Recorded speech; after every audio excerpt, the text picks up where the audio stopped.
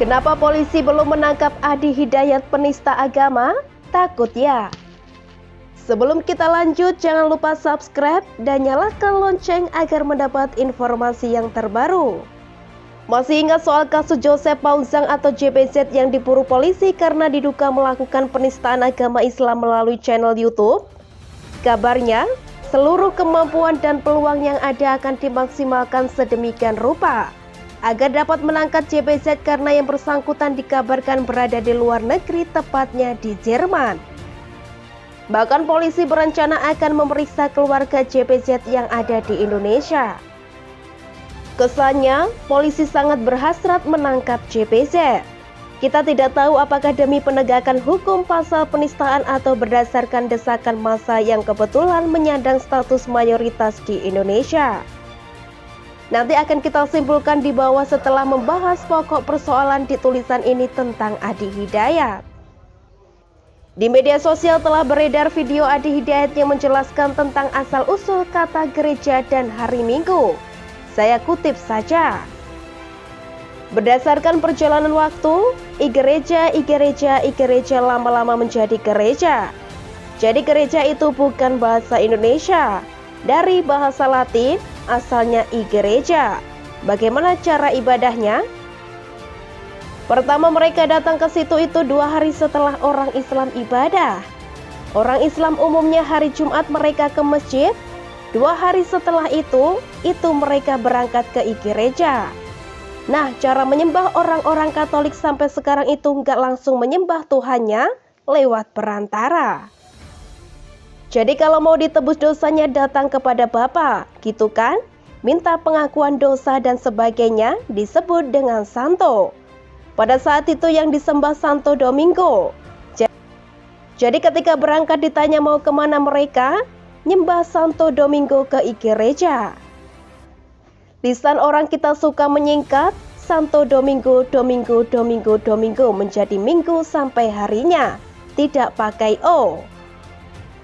Nah itu disingkat jadi minggu itu nggak ada. Itu bukan bahasa Indonesia asli. Bukan. Dulu Ahad, semua mengatakan Ahad. Santo Domingo disingkat jadi minggu. Orang kita kan suka menyingkat. Bahkan kadang jauh ya. Domingo, minggu. Hadirlah sampai hari ini. Adi Hidayat. Dari petikan penjelasan Ahad di atas, terdapat beberapa kesesatan. Pertama, umat Katolik menyembah Santo Domingo. Umat Katolik tidak pernah menyembah santo atau orang yang terbukti hidup kudus atau suci. Umat Katolik tidak pernah menyembah santo atau orang yang terbukti hidup kudus atau suci, melainkan meminta santo itu untuk mendoakan umat Katolik tersebut. Sama seperti kita meminta orang lain mendoakan kita atau karena santo santa adalah anggota gereja. Hanya saja karena santo atau santa untuk perempuan kudus dianggap suci dan berada di surga dianggap doanya berkenan kepada Tuhan. Kedua, Santo Domingo sebagai perantara. Domingo adalah bahasa Spanyol. Bahasa Indonesianya adalah Dominikus. Santo Dominikus dan santo santa lainnya tidak pernah dianggap sebagai perantara menurut Katolik. Bagi Katolik, perantara satu-satunya antara manusia dengan Allah atau Allah Bapa adalah Yesus Kristus. Ketiga, igereja bukan bahasa Latin, melainkan bahasa Portugis. Bahasa Latin igereja adalah ekklesia, yang berasal dari bahasa Yunani, yaitu ekklesia, yang artinya perkumpulan yang khas atau khusus. Katolik Indonesia tetap mempertahankan kata gereja atau yang dibawa misionaris Portugis untuk menunjukkan kekhususan kumpulan umat kepada Kristus. Keempat, hari Minggu tidak ada kaitannya dengan Santo Domingo atau Dominikus. Santo Dominikus lahir dan disahkan jadi santo setelah ribuan tahun setelah Katolik menjalani ibadahnya pada hari Minggu. Memang Katolik Indonesia sama seperti kata gereja, menggunakan minggu yang berasal dari kata Domingo atau yang berarti hari Tuhan yang dibawa Portugis. Tetapi tidak ada hubungan Santo Domingo dengan ibadah Katolik atau biasa dikenal dengan Ekaristi atau Misa Kudus yang dilaksanakan pada hari Minggu. Itulah beberapa kesesatan AHA. Saya sarankan jika mau menjelaskan tentang agama orang lain kepada yang seagama, pastikan penjelasanmu sama seperti bagaimana yang punya agama meyakininya agar tidak terjadi kesesatan. Kenapa AHA harus ditangkap? Karena dia sudah menistakan agama Katolik dan menghina umat Katolik dengan menyatakan bahwa umat Katolik menyembah santo dan santo adalah perantara umat Katolik kepada Allah. Ini adalah bentuk penistaan. Kenapa polisi tidak mentersangkakan dan menangkap AHA? Apakah karena tidak ada pelaporan? Apakah karena tidak ada desakan publik? Apakah karena umat Katolik tidak mengancam membunuh AHA sama seperti yang terjadi pada JPZ? Apakah polisi takut dianggap kriminalisasi ulama? Atau memang polisi menegakkan hukum secara pilih bulu? Kasus penistaan terhadap agama umat Kristiani atau Kristen dan Katolik sudah seringkali terjadi. Yang diduga menista pun sudah dilaporkan seperti Waloni dan Somad. Tetapi sampai sekarang mereka tidak diproses, malah makin bebas. Dari fakta-fakta ini dapat disimpulkan bahwa polisi tidak bergerak karena semua pertanyaan di atas. Saya sebenarnya tidak setuju dengan pasal penistaan agama, karena menurut saya agama tidak akan rusak hanya karena nistaan manusia. Pasal tidak jelas seperti itu hanya akan menambah keriuhan saja. Saya lebih setuju kalau setiap orang bebas berbicara tentang agama apapun dengan cara apapun selama tidak mencelakai atau melarang orang lain untuk melaksanakan keyakinannya. Misalnya, saya bebas berbicara tentang Islam tanpa ada ketakutan dituduh menista.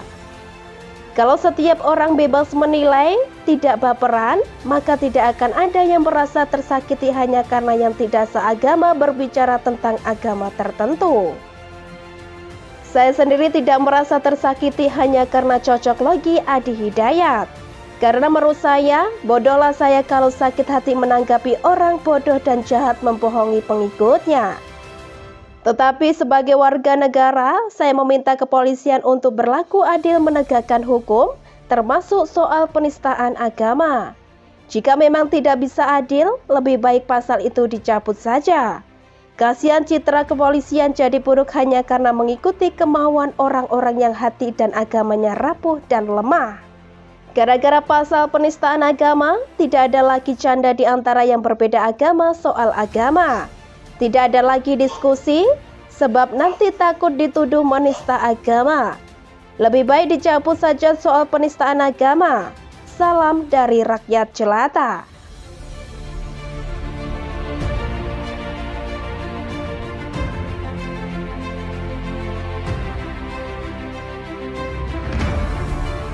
Novel Baswedan dulu sempat bicara mau mundur, harusnya tak protes gagal tes.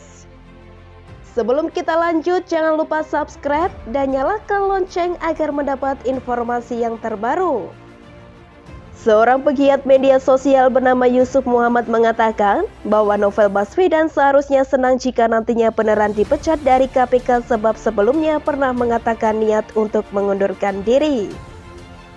Lagian kalau misal Novel Baswedan ini dipecat, bukankah dia sendiri sudah sejak lama mengatakan bahwasannya dia ini akan mundur dari KPK?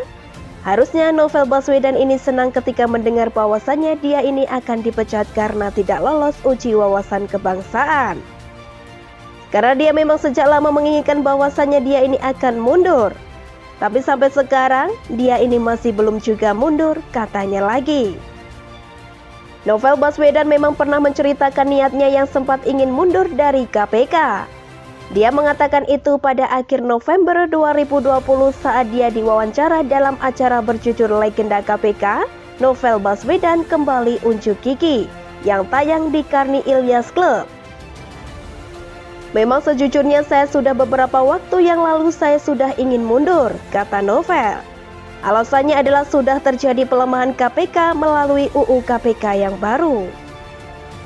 Tapi kemudian ketika saya timbang-timbang kembali, saya berpikir saya akan menunggu sampai pada masa betul-betul tidak bisa ngapa-ngapain, tidak bisa berbuat yang sungguh-sungguh, saya akan mundur di sana, katanya. Menurut saya, ini adalah alasan basi-basi doang. Kalau mau mundur ya mundur, ngapain bilang mau mundur tapi gak jadi. Kalau tunggu sampai dia tak bisa berbuat apa-apa baru mundur, apakah itu maksudnya menunggu sampai dia tua dan lamban? Kalau begini, luar biasa sekali, jabatan lebih lama daripada seorang presiden. Kalau diminta mundur secara sukarela, rasanya orang ini tidak akan berpikir untuk mundur. Mungkin ada yang perlu dilindungi, kalau dia tidak lagi jadi penyidik, orang tersebut mungkin akan terancam jadi target sasaran. Buktinya saat ada kabar dirinya tidak lolos tes TWK, dia kembali playing victim terzalimi mirip mantan presiden tukang nyanyi itu. Dia merasa dirinya korban yang ingin disingkirkan. Ada kesan dia memframing dirinya sebagai sosok yang berintegritas. Menutupi ketidakmampuannya dengan narasi dizolimi tak lebih dari sikap tidak jantan menerima kenyataan. Harusnya dengan momen ini dia memilih mundur saja sesuai dengan apa yang pernah dia katakan dulu. Kalau cuma wacana mau mundur tapi tidak mundur-mundur dan malah ngamuk saat ada kabar mau dimundurkan, ini bukankah namanya munafik? Saya teringat dengan Omnibus Law yang latar belakangnya adalah kekesalan presiden saat melihat investasi asing malah banyak yang lari ke negara tetangga. Di sanalah presiden tegas menyikapi itu dengan konsep penyederhanaan birokrasi dan izin investasi sehingga investor tidak ragu menanamkan modal di sini. Perlawanan tentu ada, tukang kompor jauh lebih banyak. Politisi munafik tukang cari muka bejibun. Tapi UU ini lolos juga dan bisa kita lihat mulai ada hasilnya. Sama halnya dengan UU KPK ini yang berawal dari keinginan untuk memperkuat KPK dan mencegahnya dicengkeram oleh kelompok orang yang ingin menguasai lembaga ini untuk kepentingan lain. UU sudah sah, uji materi dan gugatan pun kabarnya ditolak. Kalau pemerintah masih tidak tegas menerapkan UU ini, bukankah ini buang waktu saja? Karena UU ini terjadi demo sampai rusuh, ongkos dan pengorbanannya sangat besar. Jangan sampai UU ini pada akhirnya melempem karena takut dengan tekanan dari publik yang dikompori oleh mereka yang sangat terusik. Kalau memang ini saatnya mau bersih-bersih, jangan tanggung-tanggung. Kalau memang niatnya baik, suatu saat nanti publik bakal terbuka matanya. Saat ini mereka masih tersesat dan belum sadar masuk dalam narasi pelemahan KPK. Isu-isu ini biasanya kalau mau menolak bakal ada protes besar. Demo entah oleh mahasiswa ataupun salesman kafling surga ataupun orang bego yang mau-mau aja dibayar puluhan ribu dan ditipu sampai tak dibayar dan tak ada ongkos pulang. Bukankah pemerintah sudah membereskan mereka semua, terutama tukang demo penjual agama itu?